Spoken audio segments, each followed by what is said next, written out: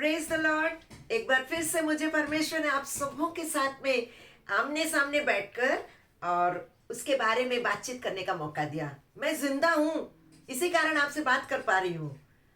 एक मरा हुआ कुत्ता कैसे हम जानते हैं? उसमें सांस नहीं चलता, और जब सांस नहीं चलता है तो उसके हाथ पांव भी नहीं हिलते हैं। पर मैं यहाँ पर बैठकर आपके साथ बातें कर रही हूँ, आप मुझे देख रहे हैं, मैं आपको देख रही हूँ।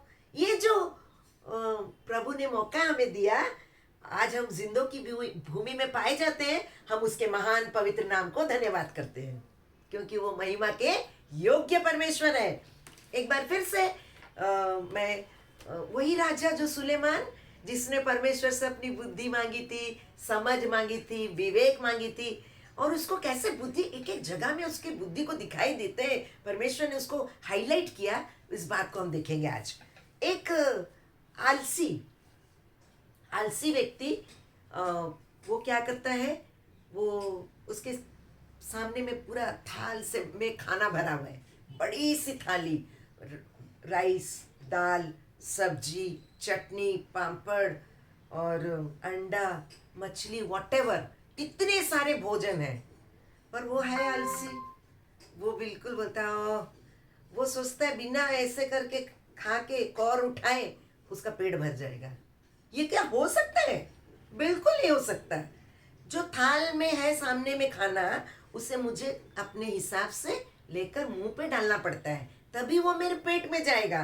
लेकिन ये जो आलसी मिस्टर आलसी होता है ना, वो बोलता है ना ना ना ना, मैं वो सब नहीं कर सकता, ओ मैं अभी थोड़ा सोना चाहता हूँ। अगर इस तरह का हरकत वो करेगा, उसका पेट कोई भरेगा ना? वो खुद अपना पेट भर सकता है, वो कंगाल हो जाएगा। यहाँ पर राजा सुलेमान, जिसने परमेश्वर से मांगा था ना वो समझ और बुद्धि, वो उसकी बुद्धि के कारण वो चींटियों के पास जाता है।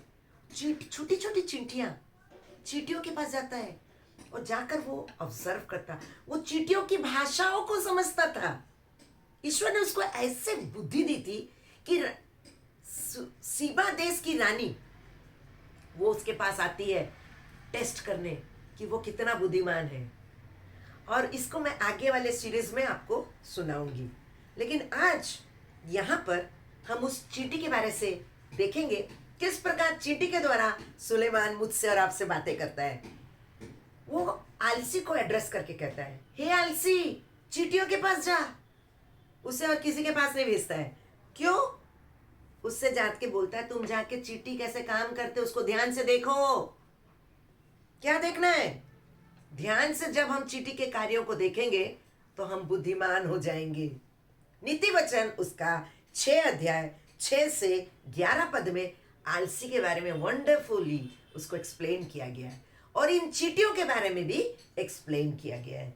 तो ये जो चींटियां हैं, ये गर्मी के समय में कैसे बुद्धि उन चींटियों को ईश्वर ने दिया, उनका कोई न्याय नहीं है। इतने ग्रुप्स में आते हैं, लाइन से आते हैं, ऑर्डर से आते हैं, डिसिप्लिन होकर आते हैं, सब कुछ सही तरीके से वो काम करते हैं।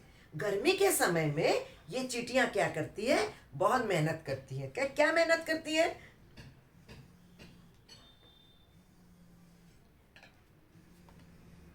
वो लोग, उनका तो कोई लीडर नहीं होता है, उन पर कोई बॉस नहीं होता है।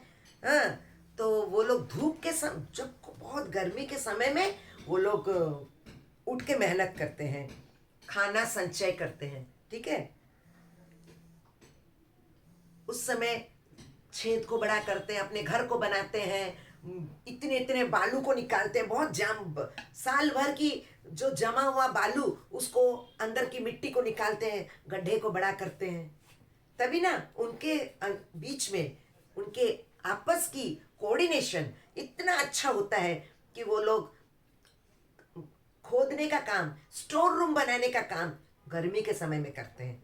और जब फसल पक के तैयार होता है, यानी कि हार्वेस्टिंग के टाइम में, कटनी के समय में, उन्हें कैसे मालूम होता है कि अभी कटनी है? उन्हें कैसे मालूम होता है? बताइए। आप जानते होंगे। मैं समझती हूँ उन्हें नहीं मालूम है। नहीं, उनको ईश्वर ने बुद्धि दी है, और इस बात को फाइंड आउट कौन करता है? यही छोटा बच्चा जिसने अपने आप को बच्चा बनाया। बुद्धि अगर हमें चाहिए तो उस स्वर्ग के परमेश्वर से उसी तरह मांगे, हे प्रभु हमें बुद्धि दीजिए, हे प्रभु हमें समझ दीजिए। Wisdom and knowledge comes from God only.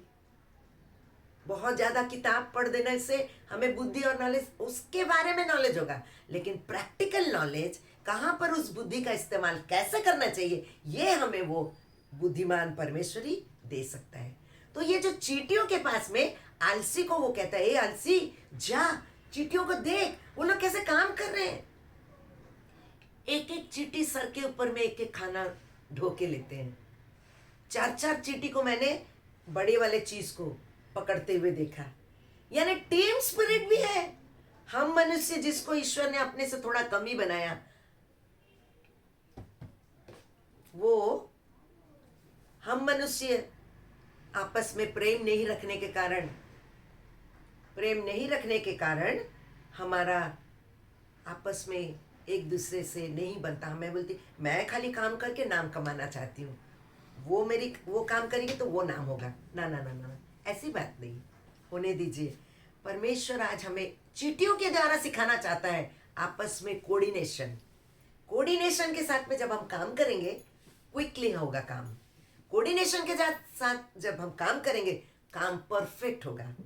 अगर हम चाहते हैं हमारा काम बिल्कुल सही सलामत अच्छी तरह से परफेक्टली हो, तो हमें एक दूसरे के साथ लेकर, जिस प्रकार चींटी लोग आपस में कोऑर्डिनेट करके सारे काम को करते हैं, उसी तरह धूप के समय में वो लोग मेहनत करते हैं।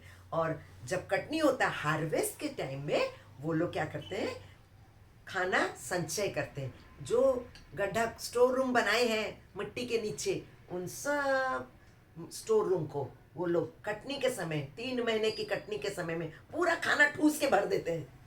ये बात सोलोमन को किसने दिखाया कि जा चींटियों के पास जाने के लिए? चींटी इस तरह के उसने ध्यान दिया, उसने इस बात को माइन्यूटली ऑब्जर्व किया।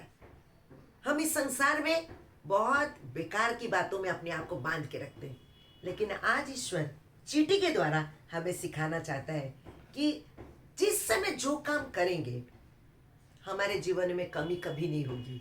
क्योंकि आलसी, उसके पास में एक भरा हुआ थाली रख देने से भी वो अपने से खाएगा नहीं। जब तक नहीं खाएगा तो उसका पेट भरेगा कैसे? ये बड़ा प्रॉब्लम है।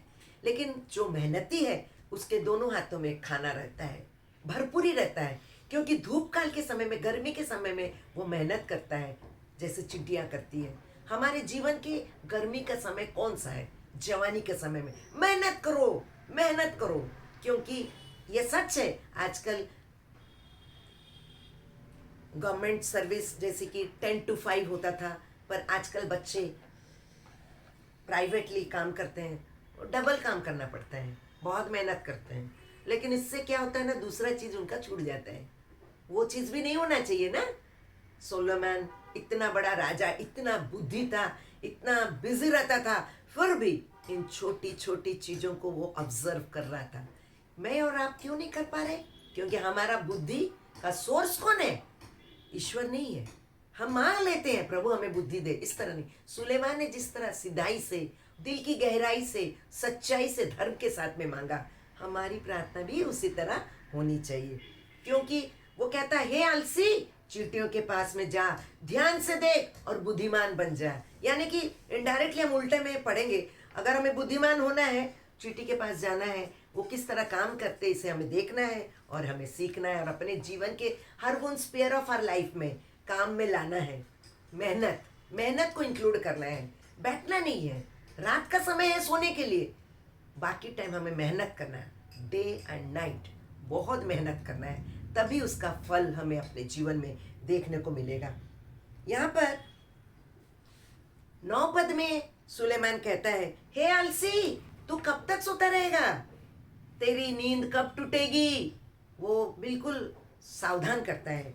कुछ और सो लेना, नहीं थोड़ा और सो, ओहो मुझे मत बोलो, मुझे अभी सोना है, ऐसा करके सोना, थोड़ी समय और सो जाना, ठीक है, थोड़ी सी नींद, एक और झपकी, थोड़ी सी छाती पर हाथ रख के सोना, ये सारी बातें, लेटे रहना, ये सारी बातें हमें कहाँ पर ले जाएगी? वर्स 11 में कहता है